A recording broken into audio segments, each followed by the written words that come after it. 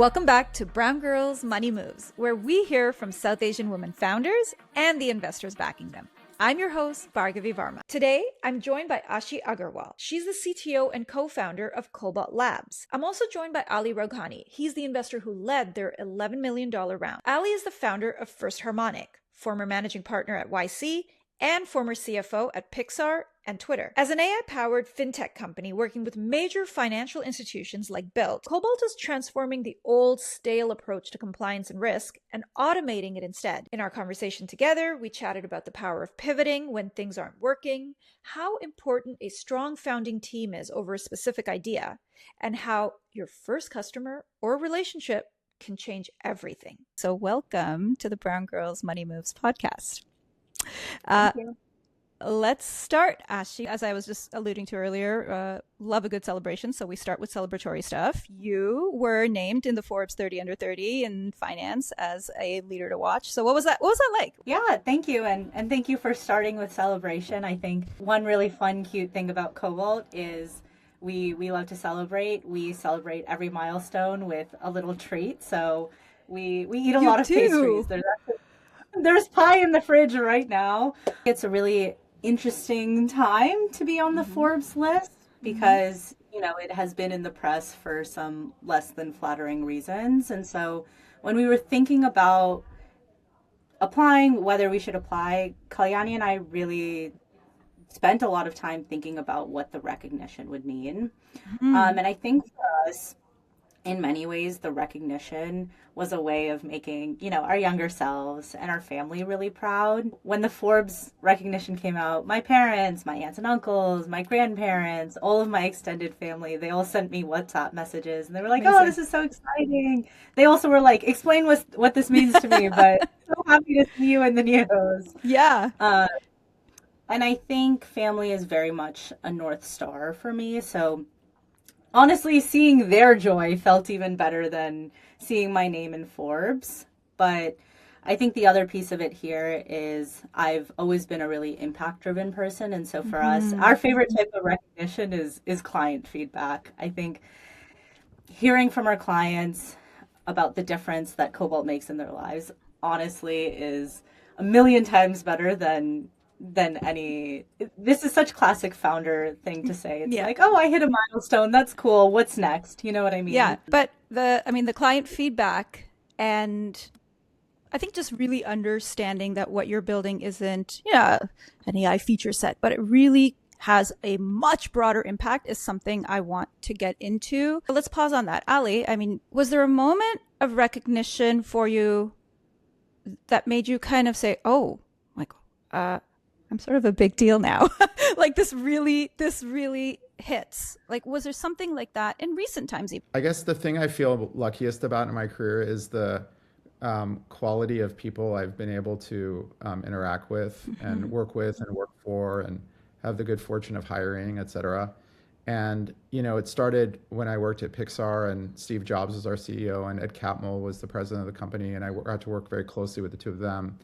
And maybe didn't even appreciate it as much at the time about how special they were as leaders. And then, you know, the folks that I got to work with at Twitter and the many, many great founders I've gotten to work with in the sort of like 15 years or so that I've been involved in early stage companies.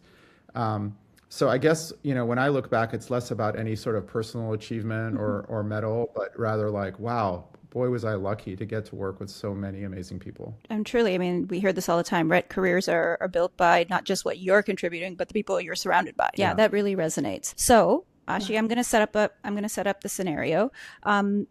You're at a family, like you said, you're at a family gathering. The auntie walks up and always starts with something that you absolutely just unwarranted, some comment like you look like you're working too much, but says, "Hey, I heard you're building something called Kobalt." She's non-technical. She's an auntie. How are you describing what Kobalt is? I'm laughing because That's actually happened. Actually, not so much that, but I feel like now when I'm at family events, I think all of the uncles never knew what to talk to me about, and now that I run a company, they're like, "Oh, let me talk to you about your company. Like, what do you do? How are you doing? Like, that for you. Tell me about fundraising, all of this." And so in a way, I feel like running a company has has opened up those friendships. Yeah. But yeah, so a little bit maybe of an unknown fact in America is that there are more than 10,000 financial institutions.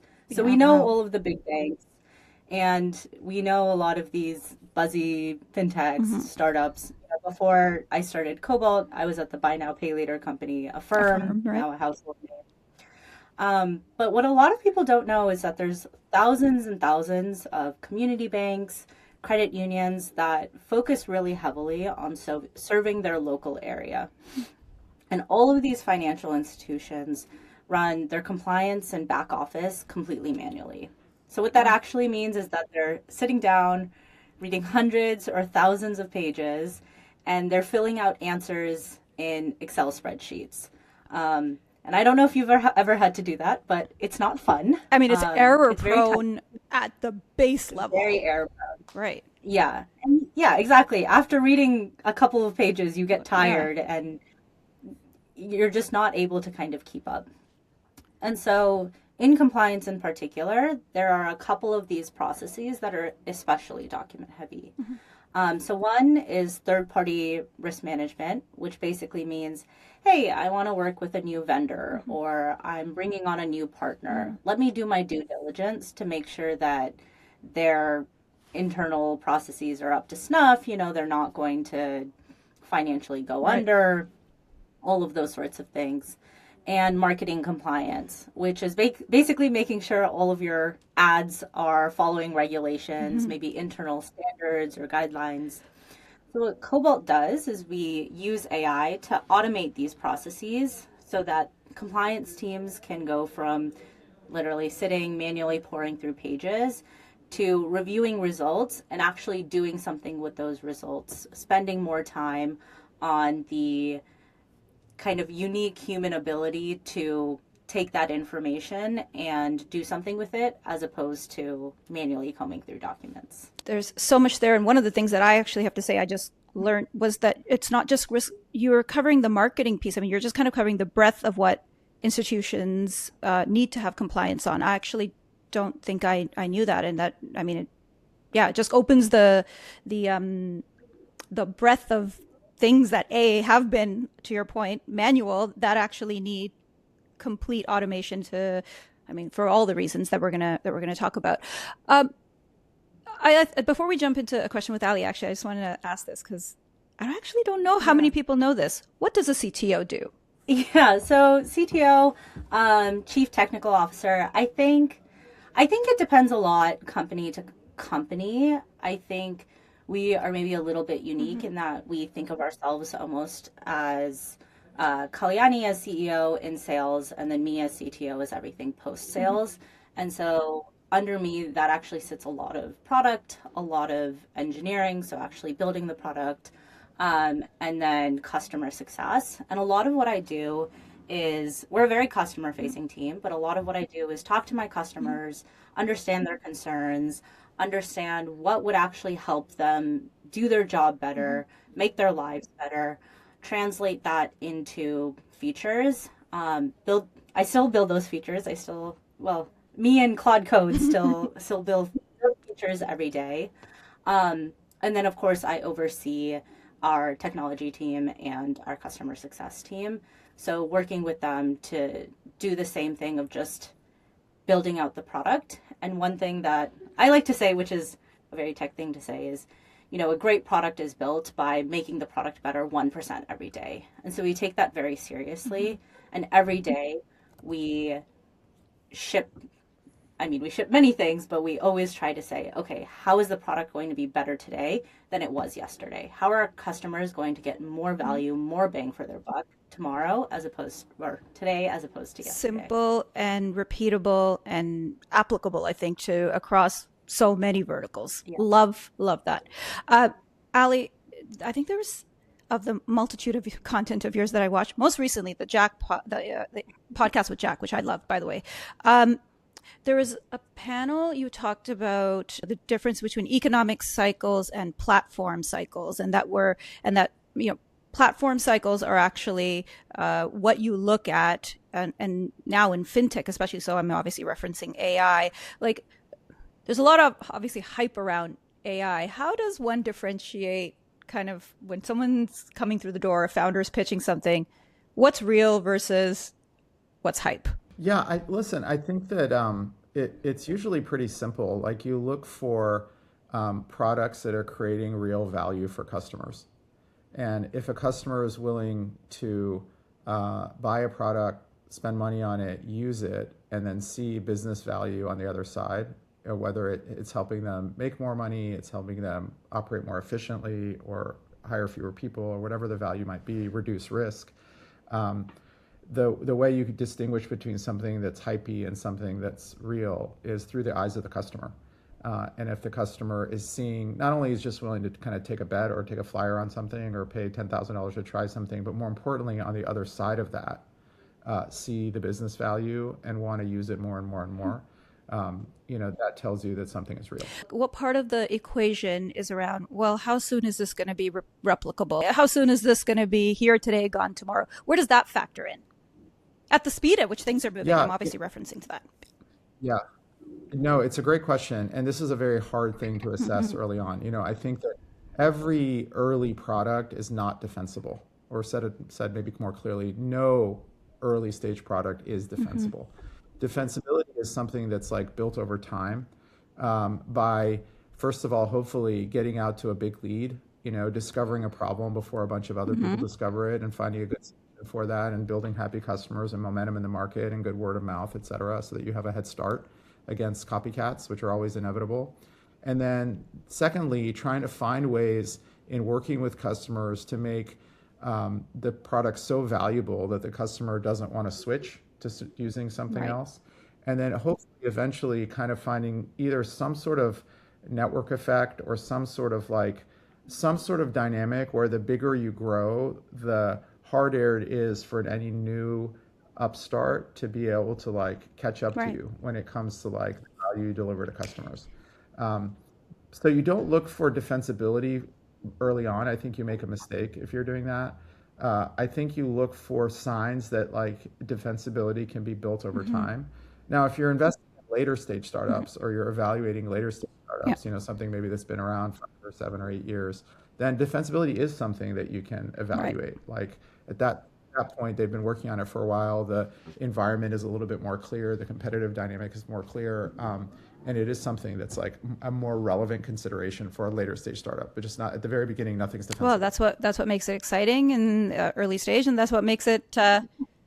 We also sometimes swear on this podcast, so scary AF. So both. Take some of the things that you said, please, and tell us what caught your eye with Kobalt. I mean, they came through YC, but actually, is it true that when you entered YC with a different idea? Is that true, Ashi? Am I making that up? That's 100% true. We actually entered YC as a consumer product. I'm not actively working on it anymore, but I was about halfway through writing a book, and we said, hey, wouldn't it be really neat if you could release fiction in a serialized fashion? And so this is actually a little bit of a deep lore, but we entered YC with that idea, and we very quickly realized that no one was going to pay us money for it. Or if they were, it certainly wasn't going to be vendor scale. Going back to kind of some of the things Ali said is well, who's paying for this thing, right? Yeah. Exactly. And so we scrapped that pretty quickly.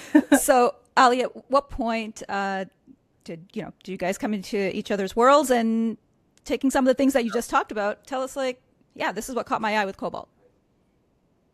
Yeah. So, I had been a YC partner for almost 10 years, and I had left YC, I think, one batch before Ashi and Kalyani went through the YC program.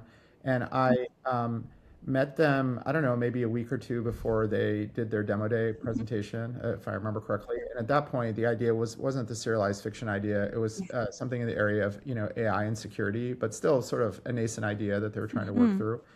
And I remember talking to, I think, just Kalyani the first time, and I was just impressed with both their background, how articulate she was, and just sort of how focused they were in terms of what they wanted to do. And I thought, the area of AI and security, I thought would be an area where they had credible background to try to work there, especially Ashi, given some of the things she'd done at a firm. And then also, I felt like it was a big white space where it's likely that there were going to be companies that were built. in that area. So on the basis of like, as an early stage investor, I think especially at that stage, like seed stage, pre-seed stage, whatever stage they're in, I think the risk as an investor is you're actually too smart, and you ask too many questions which don't have answers. And I think generally you just want to look for, what is the quality of the people and what's the quality of the problem that they're trying to solve. And by the second thing, I mean, does it feel like something big and that there's going to be like room to create an interesting company in? And so I thought that, they check both of those boxes, and I like them personally. I like talking to them, et cetera. So I was an angel investor in that first round that they raised. And I, continue to interact with them for the next 2-3 years, as they actually pivoted away from their original idea to the current idea that they're working on. And probably the thing that impressed me the most, just being able to, interact with them like every month or two in the first year and a half of the company, was how steadily and how kind of resolutely they pivoted from one idea to the next, and then started to like cultivate that new idea. There was never panic. I don't know. There was never a sense of like running in 9 directions. They were extremely methodical, extremely calm, extremely like reasoned and first principled about going and finding, okay, so this idea has these flaws. We don't think we can, build a big company that way. Let's turn to something else. There's this other interesting problem that we've kind of become aware of, and let's try to get inside companies and see if we can co-design a solution for them, and let's see where that takes them. So I was very impressed with how they navigated that whole pivot and then came to their current idea. So I just think that showed a lot of maturity, and it showed a lot of like really good first principles thinking in shifting from an idea that wasn't great to an idea that I do think is great. In the mix, I mean, you broke that down so well. And I'm saying that knowing that people who listen to the podcast are women who are sometimes writing their first check, maybe thinking of becoming an angel. And that's kind of a lot of the women that we speak to. So does intuition play a part? Can you talk a bit about that? Yeah, I mean, it's intuition about people first and foremost. I think good people, good founders, it's more important to pick the right quality of founder than it is to even pick the right quality of the idea. And that sometimes seems counterintuitive to people. But like really good people, they have the ability to recognize, well, this idea we're working on isn't actually perfect. We need to improve it in these ways, or we need to switch to a different idea. So if you pick a good team, they're much more likely to eventually swim their way to a good idea than if you pick somebody who maybe has a good idea seemingly on paper initially, but they're maybe not as good of a team. Then they are much more likely to kind of get caught from behind by somebody else, or make wrong decisions and take their good idea initially and swim it in the wrong direction. So you absolutely need good intuition about the quality of people that you're backing, especially early on. And then you need good intuition about markets and problems and where the world is going. And both of these evaluations are fraught with error. Yep. Especially because, when I decided to, become an angel investor in Kobalt, I don't know, it was probably after 2 or 3 conversations. It was probably less than 2 or 3 hours of total interaction with them. I can't claim that I know them, well at that point. I can just claim that they made a good impression, that they have very clever backgrounds, they've done interesting things, they solved interesting problems, they had great educational pedigree, so certain things lined up. And most importantly for me, I really liked talking to them, and so those things all lined up that, even if this doesn't work out, like I enjoy them as people and have trust in them and, think they're, they'll make good decisions, and then you don't know how it plays out, And this is it. Ashi, founders, especially first-time founders, will want to hear your perspective on that, because Ali's literally saying, yep, I when I came in and met them, they had a different idea. I trusted their iterations. And so I would love to hear on the sense of, oh man, do we say that we're looking and going in a different direction? Do we what that journey was like for you? Because that is something that founders deal with, which is I've heard this myself from founders who were like, oh, I thought you might think I don't know what I'm doing, or I don't know, you might think I'm flailing and I'm chasing the soccer ball. There's all these kinds of talk tracks in the head. So take us through your journey of this. Yeah, I think fundraising out of YC was a journey for sure. Ali, you actually invested on the first call. We had one call with Ali. One call. He was our very first call. Definition of conviction. Really, wow. Very impressive. coming right after YC, and in a sense that gave us some false hope, because on the call Ali was like, I like you guys, I'm in, and we were like, okay, fundraising, it might not be so bad. It might not be But so I bad. think Sorry, famous last words. might not be Yeah. so bad. Exactly. But I think being a startup founder, you just kind of have to be delusionally Beautifully optimistic. said. Um, and I think that's even more true when you're fundraising. I think if you don't come across as someone who believes really deeply in your idea and believes in the work that you've done so far, it's really hard to convince other people to give you money. And at the time, we weren't planning on pivoting. We felt pretty good about our idea. Um, but I think that the process of, first of all, the process of fundraising can be very brutal. And I think especially so when you're early and you don't necessarily have the traction or the track record. And I think hopefully over time it gets easier as you say, okay, look at everything that I've done. Look at all of our happy customers, and here's how we figured out the market and all of these things. Um, but yeah, I think we just really felt like we had to believe really, really strongly in every single thing that we were telling investors. And I mean, and we did. And the process of pivoting actually came about a couple of months after we closed our round, when we just weren't seeing the kind of market pull. And we felt that in a lot of ways we were too early maybe to the market. And so we said, look, we still think that there's going to be a big company in this space, but we don't necessarily feel like this is the company that we want to be building right now. And so we went back to the drawing board. Something YC really impresses on everyone that goes to the program is, build something people want. And the only way to do that is to talk to people, learn their stories, learn their pain points. And Kalyani had worked at Apple Pay and I worked at a firm, so we felt really pulled to focusing on fintechs and financial institutions. And we would really do pretty much anything to get 15 minutes of I someone's have to, time. I thought, and actually, I want to understand the timeline of this because Ali, you said this, I think, on Jack's podcast, that you said one of the things that you would have maybe done differently at Twitter was that that the company, I'm paraphrasing, sorry, but it was like that the company wasn't curious enough about its own users. I believe you said something around that. And then I was reading about Ashi that you interviewed close to 1,000 customers. Or, but sorry, 1,000 people, not 1,000 people, and that took me out. So I think I was like, okay, well, and both as an investor and as a founder, I'd love to hear the answer. And when is it like, okay, enough is enough. We got what we need. I mean, that process almost never stops. I think kind of going back to Ali's point of what it looked like while we were pivoting, which I'm glad it looked a lot more seamless to him than we maybe internally felt. But every day, Kalyani and I, we would send cold DMs, we would go to events, we would ask for introductions to people. And then kind of at the end of the day, we would talk to each other and say, here's what we learned. Here's maybe how we should narrow down the list of people that are right to talk to, and then go out and do it another day. And I think if you're a really good salesperson, a lot of what you're doing in that first conversation is similar.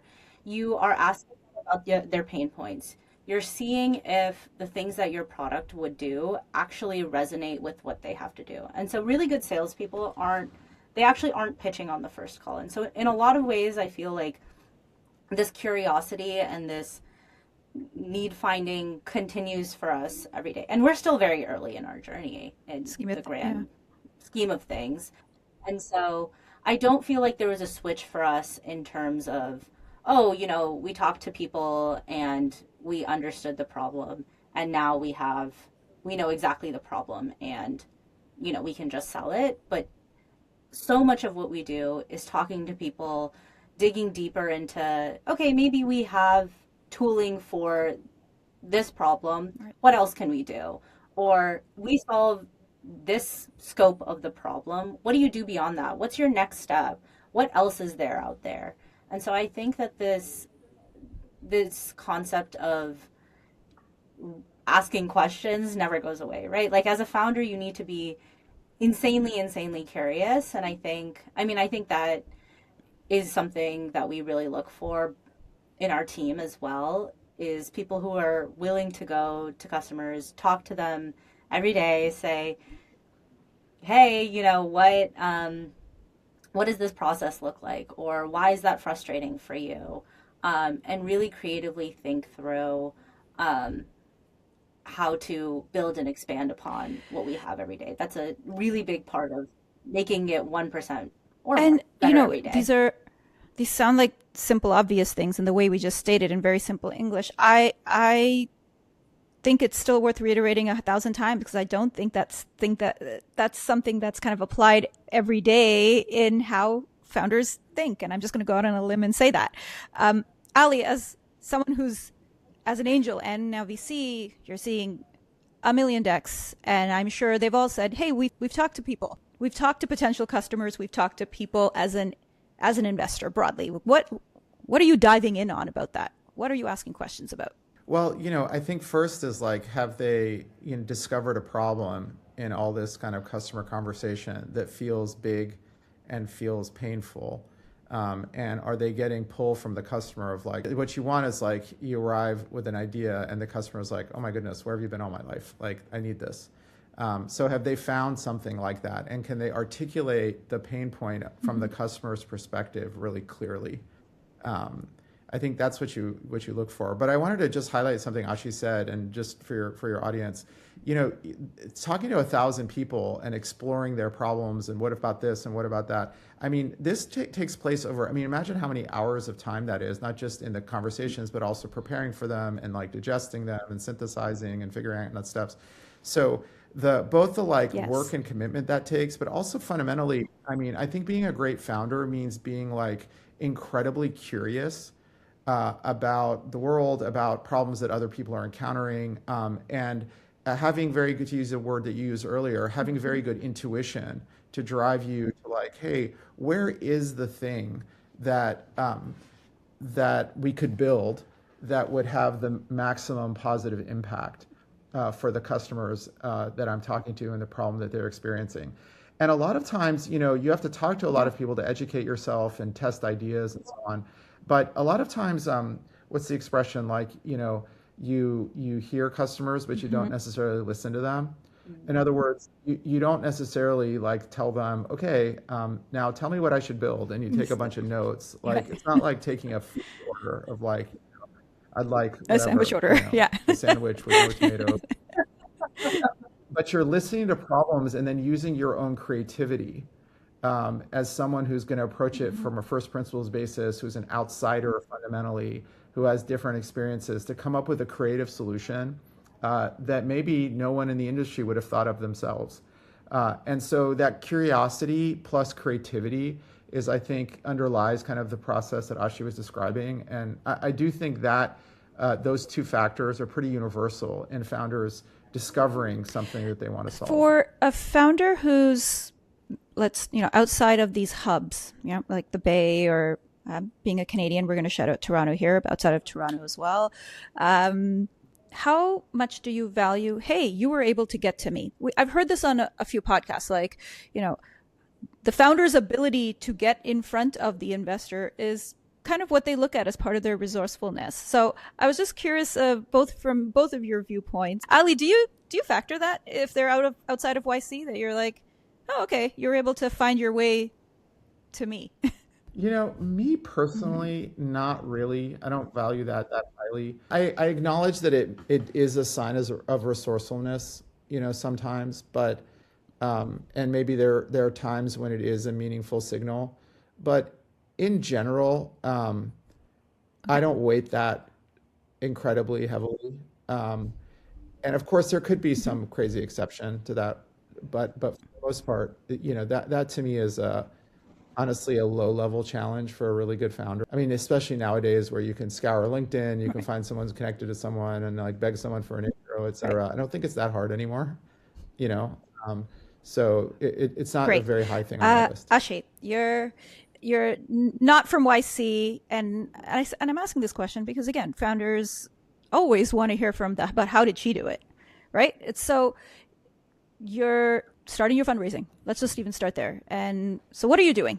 What's kind of the step that you would take? Want to go a step further back from that? I think so. Kalyani and I, kind of the origin of Kobalt in many ways is so Kalyani and I have been friends for about a decade, and one day she called me and she said, so what about this company thing? We joked about it in college, but do you actually want to start a company?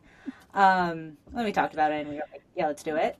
And so I think fundraising at like a pre-seed or seed round is important in that it opens up the optionality of quitting a job, right? And being able to pay rent and eat food and live. But I think for us, we really started with thinking through an idea and thinking through a business, because I think fundraising in a lot of ways is secondary to building a really great business. And so always, always, always my number one tip for fundraising is the best way to fundraise is just to build an incredibly solid business, because it is a heck of a lot easier to fundraise if you have customers who love you, your revenue is going up, and you have all of those things going for you, as opposed to, hey, I'm going to start fundraising and then I'm going to think about the work of doing my business, right? And of course, it in many ways is a privilege to be able to say this, but I think you need to actually building your business, because that's also what you're going to be doing literally every single day. And then when it comes to meeting investors, talking to investors, in a lot of ways, it's the same, curiosity, openness to meeting people. As Ali mentioned, especially nowadays, I think that it is a lot easier. You just have to send an email. You just have to send a LinkedIn DM. We are no strangers to and making the ask. LinkedIn DMs to making the ask, because if you don't shoot your shot, no one else is going to for you. So I think just not doing it in a spammy way, but I think if you come at it from a genuine place, people are often very receptive to you just reaching out and meeting, even if it's just for 5 or 10 Ali, minutes. talk about this. You reference a sapling stage of a company. I think it's repeatable. I'd love to hear you talk about what that means. Just to use kind of, a farming or plant analogy, the term seed stage company is like really well known. And I think startups receive a lot of support at the seed stage from investors and others, largely because that's the common point where, founders take money and, so lots and lots of companies today get seeded, get the capital necessary to kind of get started. And then that capital usually takes them a few years. It will last them a few years, and that the ones that are, capable and are, fortunate, go from seeds to these little trees or little plants, and I call those saplings. And at the sapling phase, usually at that point, they have raised some money, they have launched a product, they usually have maybe 1 or 2 or 3 customers, they maybe have hired 2 or 3 people. But by no means is there survival. I think you put a number too, right? You said they hit a mil rev. I think, yeah. Yeah, maybe they can. Yeah, many of them can get to like $1 million in revenue, and then, but that's far from building a sustainable business, or that's far, far away from being a tree that has like roots and sustainability, and a storm or a flood or whatever isn't going to wipe them out. And it's kind of during this sapling phase of life where I think it's the loneliest time for founders, actually, because they usually have people on their cap table, but those cap people are like busy, investing and doing other things, and some of them are maybe occupied, or they're angel investors on the side, or whatever else. There isn't very much support. In order to be helpful to companies there at that stage, you actually have to really get your head around their business, their market, their customers. Like it takes like real time and effort and context for any outsider to be able to be helpful. Companies at that stage usually don't have boards or board members, et cetera. So, and that phase kind of sapling to sort of young tree really lasts like, 3 to 5 years before like roots are established and stuff. And at least in the YC ecosystem, which I'm familiar with some of the data, most of the death happens at the sapling phase. In other words, like I don't know, extremely high percentage of YC companies raise seed capital, like I mean approaching 100%. YC is a great program; they pick great founders and they do a great job with them. So. So almost 100%, virtually 100% of companies like graduate from seeds, like they sprout. I don't know, 80% of them, 70% of them, something like that, die as saplings or aren't really able to kind of grow from there. And depending on how you define the tree, maybe the percentage is even larger than that. So that's where all the death lurks. That's where like all the challenge is. And so it's like that phase of a startup's life that I think is the most interesting for me personally, of how do you make decisions as a young sapling to improve your odds of surviving. And those decisions are often involve the loop between the customer, go-to-market, customer-oriented, thinking, the loop between that and the product. And that loop has to be really fast and very high fidelity for you to make good decisions in terms of like, how do we take something that shows some degree of promise and build really a kind of like an enduring, business out of it. So anyway, that's how I describe it. But there's two things. One, I'd love to hear how the built relationship and that came to be. But secondly, speaking kind of taking from what Ali was saying, are you able to share something where, there was something you were working on and based on feedback or just based on conversations with investors that you're like, this is not going in the direction we thought, we got to scrap this. Is there anything you can share like that? That is very much kind of the story of our pivot, where we had paying customers and we had a product, but we didn't feel the market pull of, hey, this is something that we can feel getting better and easier every day. And one piece of advice I always give founders is it actually does get better every day. I think the worst stage for us was when we were pivoting, and there's a reason they call it pivot hell, and it's because you don't really have anything. I mean, all you have is your conviction and your delusional optimism. And so whenever I meet with founders earlier in their journey, I always say, it gets better. I promise you, it gets better. And then kind of talking a little bit about the Built relationship. So Built was one of our earliest customers. They're one of our design partners. And they've just been really fantastic to work with. They're so startup friendly. And they kind of came to the relationship being excited to be a design partner, build with us, help us iterate on the product. And so...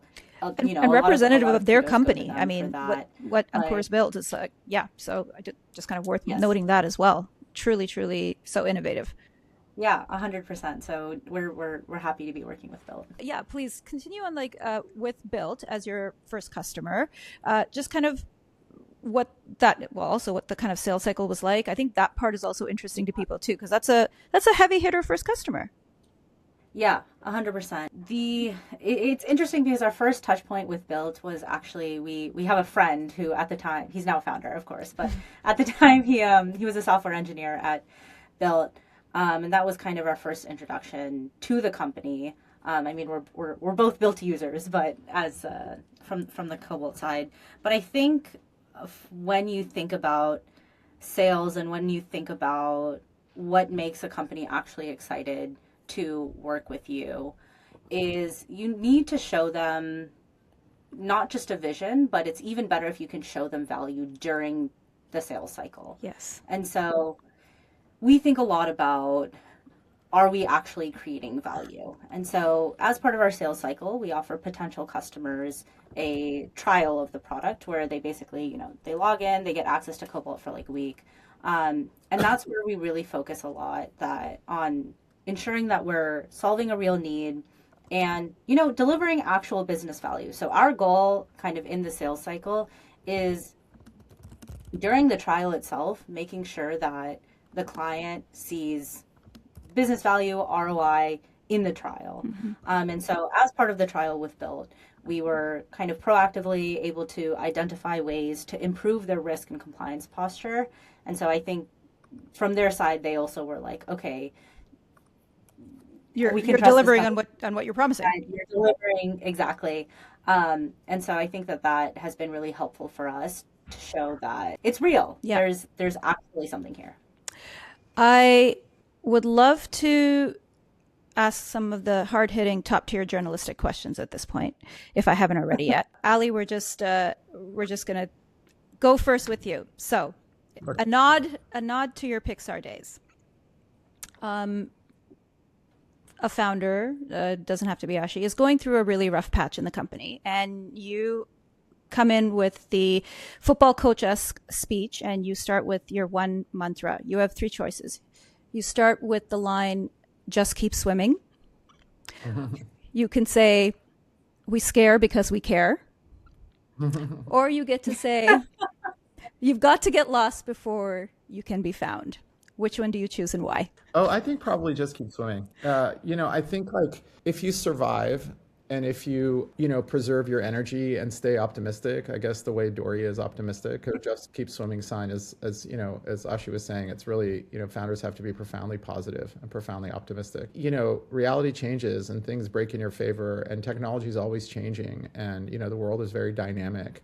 And so, a closed door or one frustration could lead to, an open door and an opportunity, when you turn in a different direction. So I think probably of those 3 phrases, I think just keep swimming is probably the most, founder appropriate. I agree with you, and I was hoping you were going to pick that one. Yes, and I think it's a life thing too. I mean, I find myself saying that to my 13-year-old. Ashi, it is so important for young women to see women like you in the role of CTO. And one of the things that we also ask is Brown Girl Angels, especially in the ecosystem and the work that you do. I mean, you've kind of alluded to this a lot. You do a lot of mentoring, you do a lot of talking to founders, and you've been even recognized for that.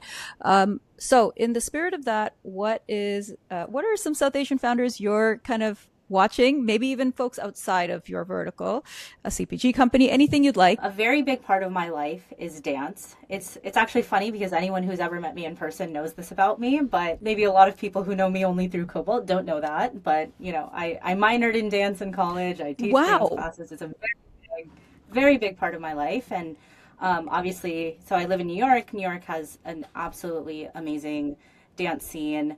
And a lot of really amazing South Asian dancers as well. So I wanted to shout out one of my favorite creatives in the space. Her name is Ishita Milli. She's Bengali American. She's a choreographer, dancer, founder of Image Dance.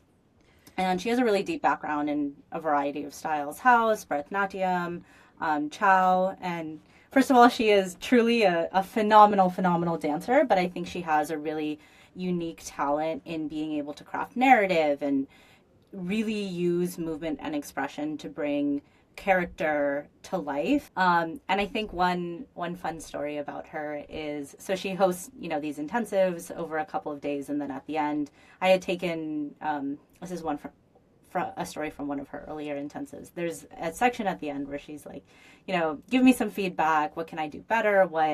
How can I improve? And everyone was just giving her the most glowing reviews, like, "Oh my gosh, you're so amazing. Like, we love learning from you." And she was like, "Okay, that all's fine. That's great. But let's get back to how we can do better." And I just think that that's so emblematic of what it means to be a founder in this like constant pursuit for actually making a difference, being better, honing your craft. And so I really love that moment. That is an epic shout out, and I absolutely love it. And you're right. It is just make whatever you're working on better for yourself and for the customer. Ali, maybe there's a brown girl founder that you want to shout out, that's part of your portfolio, a founder or company that you've recently discovered that you're like, oh, I love this. This is something I want to use, and that you just want to give a shout out to. I mean, I'll just be very generic, but I think the Claude suite of tools are pretty amazing. I mean, Everyone's on that train these days, Yeah. I feel. So I think the co-work stuff is just really cool.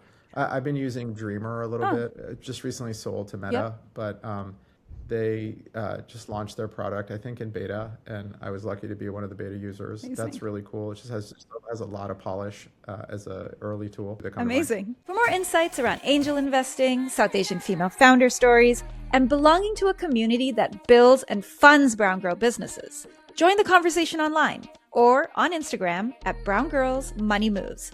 As always, thanks for listening with me, Bhargavi Varma.